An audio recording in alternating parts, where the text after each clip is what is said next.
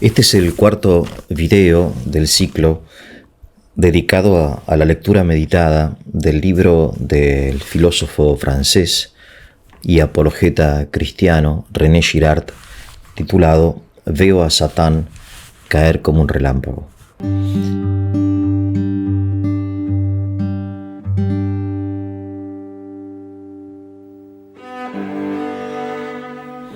En este cuarto video voy a hacer un resumen de la segunda parte del libro, que está dividida en varios capítulos, pero yo voy a consagrar solamente este video a esta segunda parte, que por otro lado introduce un tema de enorme dificultad por su amplitud, que es el tema de las religiones comparadas. A partir del siglo XVIII, gracias al avance científico de las ciencias históricas, pero también a causa de la descristianización de la sociedad, se empezó a comparar las religiones, en parte con una intención auténtica, científica, de ver realmente que hay en todas las religiones una tradición única y semejanzas e influencias, ¿no?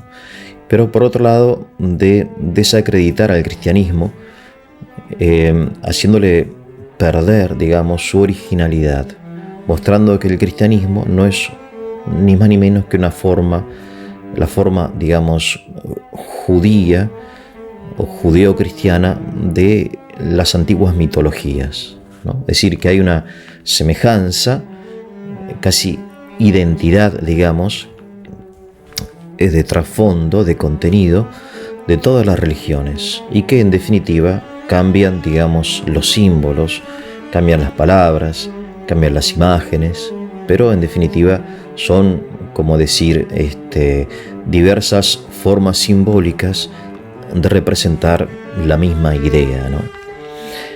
Y entonces, por ejemplo, Voltaire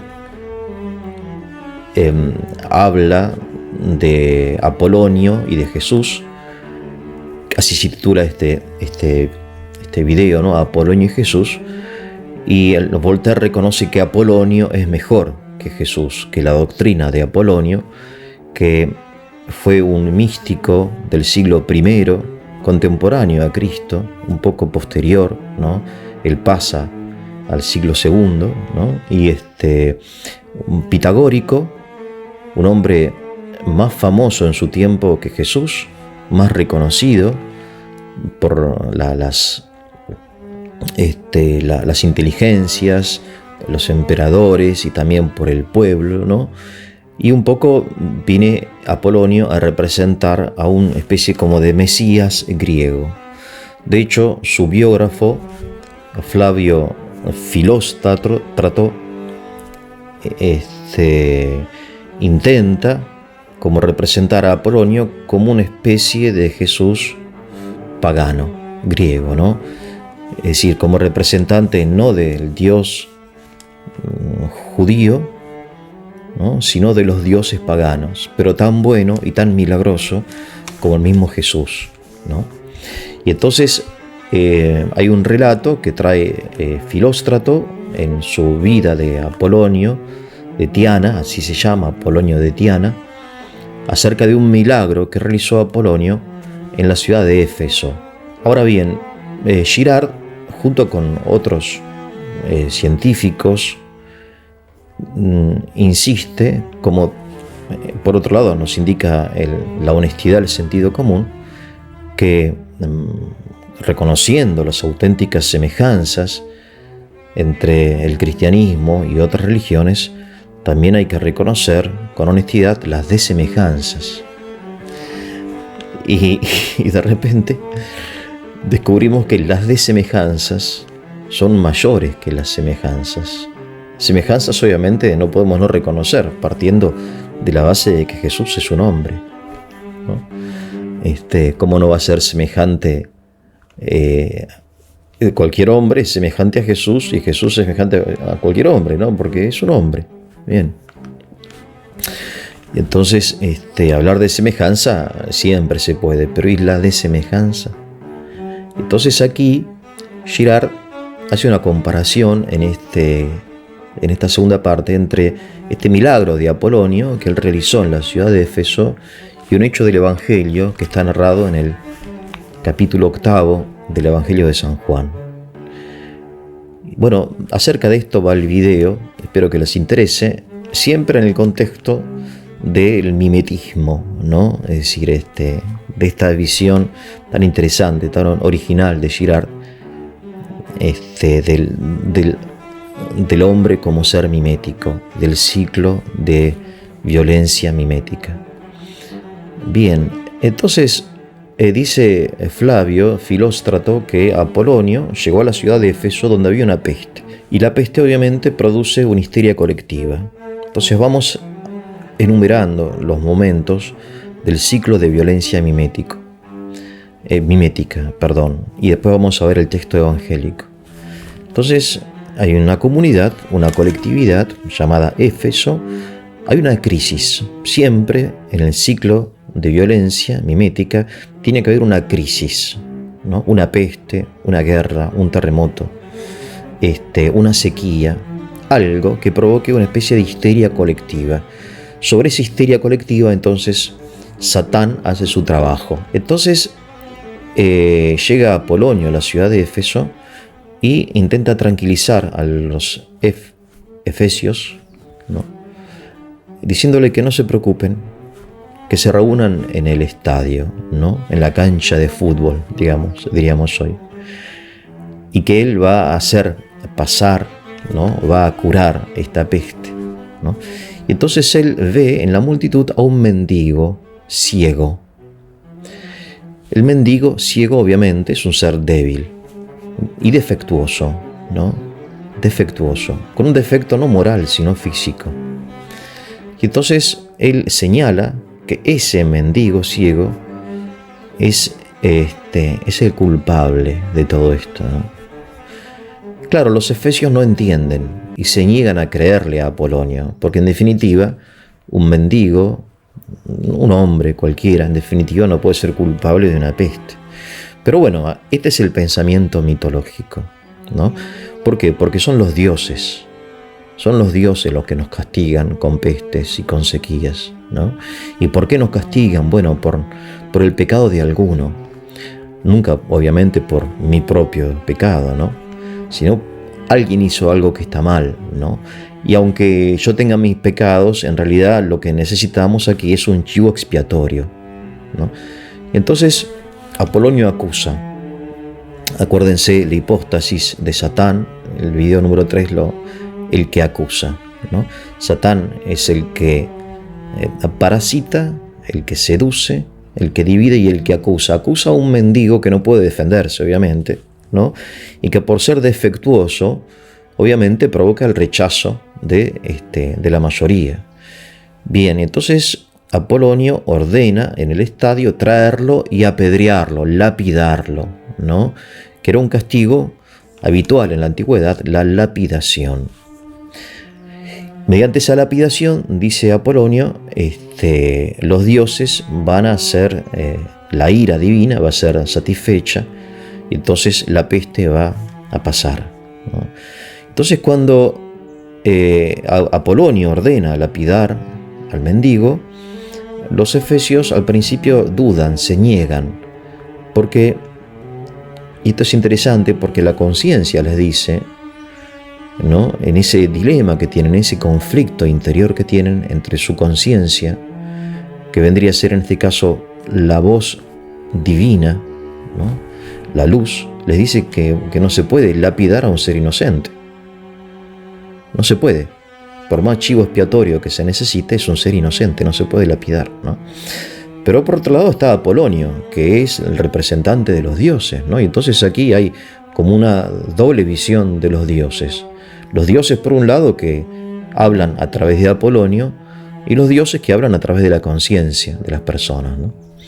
Y entonces esa conciencia le dice que no, que es la conciencia universal, no cristiana, sino del hombre, ¿no? El hombre nace con una conciencia innata, ¿no? En fin, hay que hacer el bien, evitar el mal. Esto es malo, esto es bueno, no se puede matar a un inocente. Entonces aquí la religión viene se contrapone a la conciencia, a la buena conciencia. La religión entendida como este sistema de ciclo de violencia mimética, ¿no? Que es una forma de institucionalizar la violencia, dice Girard.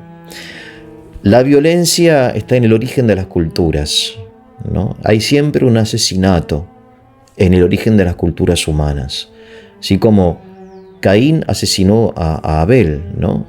O Rómulo a Remo, y así, etcétera, ¿no? El asesinato y esa violencia que es intrínseca al ser humano, ¿no? Y nosotros sabemos por qué, debe ser institucionalizada para que no nos matemos unos a otros. Y entonces Girard dice que la religión, en lugar de permitir la lucha de todos contra todos, la matanza, hace que esa violencia se canalice mediante la lucha o la violencia de todos contra uno. Ya no todos contra todos, sino todos contra uno, y ese uno es el chivo expiatorio. Acerca de esto, quería recordarles a los que son amantes del cine que en los últimos años han aparecido un par de películas inspiradas en el concepto del chivo expiatorio, ¿no? Una de ellas es Los Juegos del Hambre, ¿no? La purga. O sea, para mantener el orden establecido luego de tantos sufrimientos, la crisis, ¿no? Hay que realizar una purga, ¿no? Mediante chivos expiatorios, jóvenes que, en fin, se tienen que matar mutuamente, cada uno representa, y el que triunfa es divinizado. Fíjense cómo aquí se repite también la divinización de la víctima, cosa en la cual insiste Girard, ¿no? Y otra película también es esta película 12 horas para sobrevivir, o La Noche de las Bestias. Hay diversas traducciones, ¿no? La purga creo que se llama en inglés. Se acerca también de que una noche por año se permite cometer a los ciudadanos de Estados Unidos todos los delitos, matarse, ¿no? Para purificarse, la catarsis, la purga, el chivo expiatorio, romper las leyes una vez por año, ¿no? Me río, perdónenme, porque yo estudié en el Liceo Naval, que era una institución militar muy, muy rígida, pero una vez al año nos permitían hacer cualquier cosa, ¿no? Nos permitían, por ejemplo, acercarnos a nuestro superior, que eran los cadetes de 5º año, y, por ejemplo, pegarles, ¿no? Una vez al año. La purga, la catarsis, la purificación, la liberación, ¿no? Para después, durante el resto de los 364 días del año, vivir sometidos a la arbitrariedad de esta gente, ¿no? De militares que, en fin, bueno, nada. Era una cosa bastante ridícula en algunos casos, ¿no? Pero no carece de sentido esto. Y fíjense cómo se repite aquí en el cine y también en la vida, ¿no? Digamos, estos momentos de exceso, ¿no? Los carnavales, etcétera, que son una forma de purificación, de catarsis, después de nuestra vida monótona, burguesa, aburrida. Bien, esto es aparte y habría que probarlo, ¿no? Demostrarlo. Pero de hecho, en el caso de Apolonio, está claro, ¿no? Y entonces este mendigo, dice Flavio, Filóstrato, cuando se está muriendo, ahí se manifiesta. Entonces Flavio dice, bueno, ven, Apolonio tenía razón, es una bestia, es un animal, ¿no? Entonces cuando sacan las piedras amontonadas sobre el cuerpo del mendigo, descubren que no es un mendigo, sino que es una especie de animal deforme, ¿no? Bueno, en realidad, dice Girard, en realidad lo que había era pura sangre y huesos rotos, ¿no? Pero la imaginación de Filóstrato y también su intención de establecer a Apolonio como una variante, como una opción a los paganos para que no se inclinen hacia el cristianismo, ¿no? Cristianismo, recuerden que son apenas un grupo de judíos que están ahí en el Imperio Romano, pero va creciendo, ¿no? Ya son el 1%, el 2%, hablando en porcentajes, el 10%, ya en el siglo IV, ¿no? Entonces, y de gente importante, interesante, inteligente, y es una iglesia muy fuerte, muy auténtica. Entonces, pero la mayoría sigue siendo pagana, decía, rinde culto a los dioses. Entonces hace falta enfrentarle a este Jesús, un Jesús pagano, Apolonio. Pero Apolonio no puede liberarse del ciclo de violencia mimética, y entonces lo que hace es repetir lo que después, como dice Girard, y lo demuestra en otros libros, ¿no? Él tiene libros dedicados a esto, ¿no? Acerca de la relación entre la violencia y lo sagrado.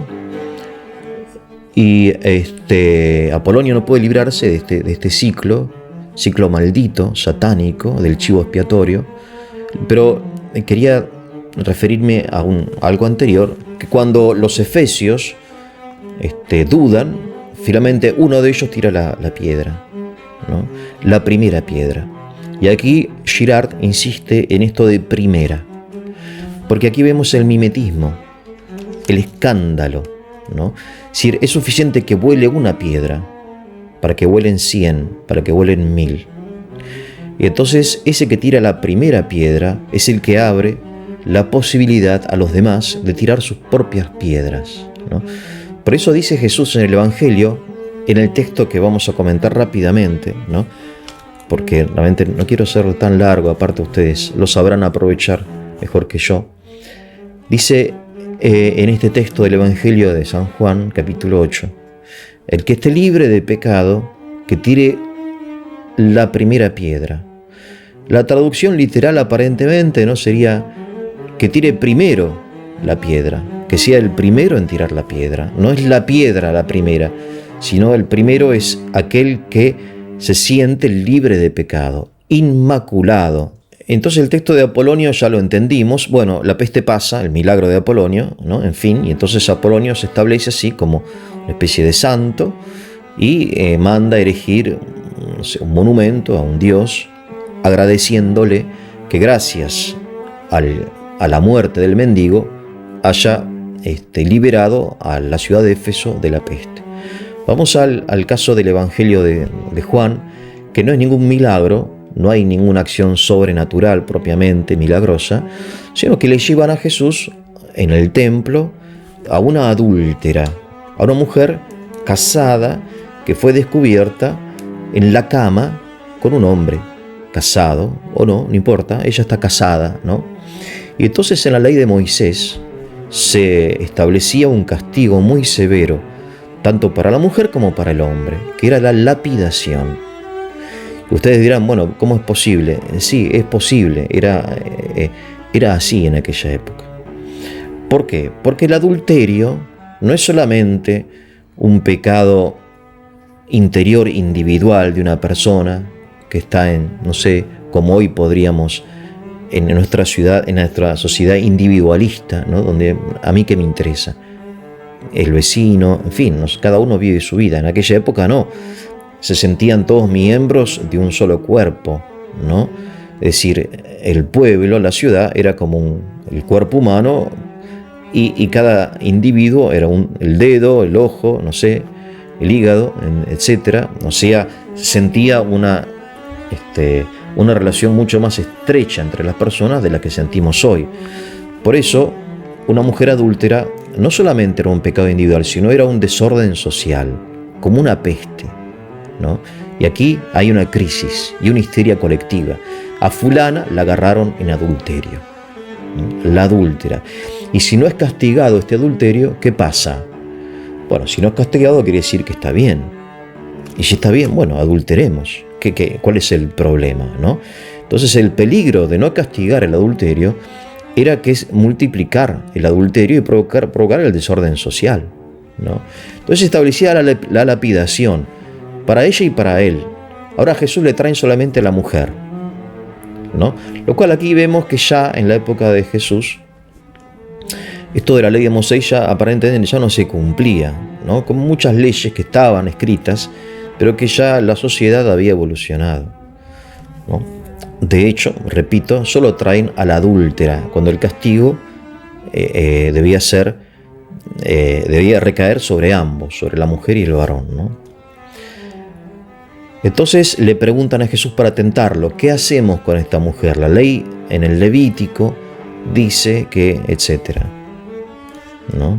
Entonces Jesús, si dice que sí, dice, bueno, entonces, bueno, y la misericordia que predicas del perdón, y dice que no, va en contra de Moisés.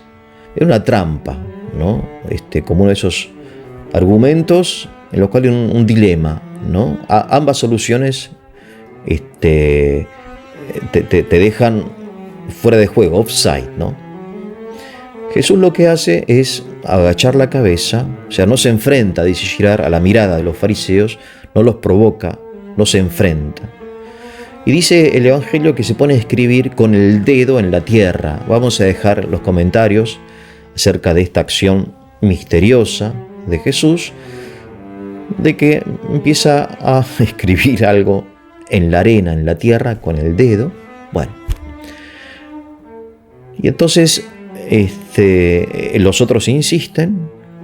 Entonces ahí levanta la cabeza Jesús y le dice: el que esté libre de pecado, el inmaculado, que tire primero la piedra. La mujer aquí es culpable, pero no es culpable de los pecados de los demás, y en ese sentido es inocente. Ella es un chivo expiatorio. El chivo expiatorio porque al castigar a la mujer, a esta mujer adúltera, los judíos estaban intentando librarse de su propio pecado. Sin saberlo, inconscientemente, no lo sabían, porque el mecanismo de violencia mimética es un mecanismo inconsciente. Y Jesús lo revela, lo manifiesta. Por eso rechaza la lapidación, pero no dice que es injusta o que es cruel o que es justa y necesaria, sino que dice que esta mujer no es culpable de sus pecados. Ella no tiene la culpa del adulterio de ustedes, porque todos son adúlteros, al menos alguna vez o en pensamientos, y si no son adúlteros han cometido algún otro pecado. Nadie es impecable. Por eso lo que dice Jesús no es sencillamente, repito, que esto es justo o injusto, que es anticuado, no dice nada de eso, sino que el que esté libre de pecado, que tire la primera piedra. Se refiere al pecado no de la mujer, sino de los demás, y que matando a la mujer, los hombres no pueden, ahí presentes, no pueden librarse de su pecado. Se pueden librar de su pecado solamente convirtiéndose y pidiendo perdón al Padre Celestial, ¿no? Misericordioso. De modo que la mujer, siendo culpable de su propio pecado, es inocente de los pecados de los demás. Por eso matarla no es la solución, es inútil y es falso. Es una falsa solución al pecado. De modo que para Apolonio, la muerte del chivo expiatorio es la solución al problema de la peste. Para Jesús, en cambio, la solución al problema es el perdón. Y de hecho, cuando dice el Evangelio de San Juan, ¿no? Cuando Jesús le dice esto, que tire primero la piedra, ninguno la tira. Y empezando por los más ancianos, o sea, los más prudentes, se alejan, ¿no? Dejan la piedra y se van, ¿no? Digamos que ahí Jesús triunfa. Ninguno tiró la piedra, ¿no? Y entonces se quedan él solo con la mujer, y él le dice: bueno, nadie te condena, ¿dónde está lo que te condena? Bueno, lo pueden leer, es un texto extraordinario, aparte, maravilloso, ¿no? Que tenemos que leerlo, conocerlo. Juan 8. Le dice: no peques más. O sea, no le dice, bueno, anda, digamos, no está justificando. No es que el rechazo de la lapidación es una justificación del pecado de la adúltera, sino que le dice: no peques más. Sí, le ofrece el perdón y la conversión. Bien, entonces, volviendo al principio para terminar, en esta comparación de Girard, que trae Girard entre Apolonio y Jesús, que es una de las infinitas comparaciones entre el pensamiento arcaico, mitológico, propio satánico, propio del hombre caído, de la naturaleza caída, esta idea del chivo expiatorio, de la víctima inocente, ¿no? Y la originalidad de Jesús, ¿no? De la doctrina cristiana, de la persona de Cristo, que en lugar del chivo expiatorio propone como solución al problema del mal y del pecado, al problema de las crisis, la conversión, ¿no? La conversión a un modelo. Acuérdense que siempre en el deseo para llegar es triangular, de modo que tiene que haber un modelo, ¿no? El modelo es el Padre Celestial, que es el modelo al cual el hombre está invitado a convertirse. Bueno, un poco resumen, obviamente dejo de lado un montón de cosas muy interesantes, pero para que nos demos cuenta también en esta polémica de las religiones comparadas, que es una disciplina científica, ¿no? Se estudia hoy las religiones comparadas, que la comparación honesta debe tener en cuenta y la semejanza, pero también las enormes semejanzas, la oposición, si quieren, irreconciliable entre el pensamiento mitológico y la enseñanza cristiana. Bien, que tengan un muy buen día.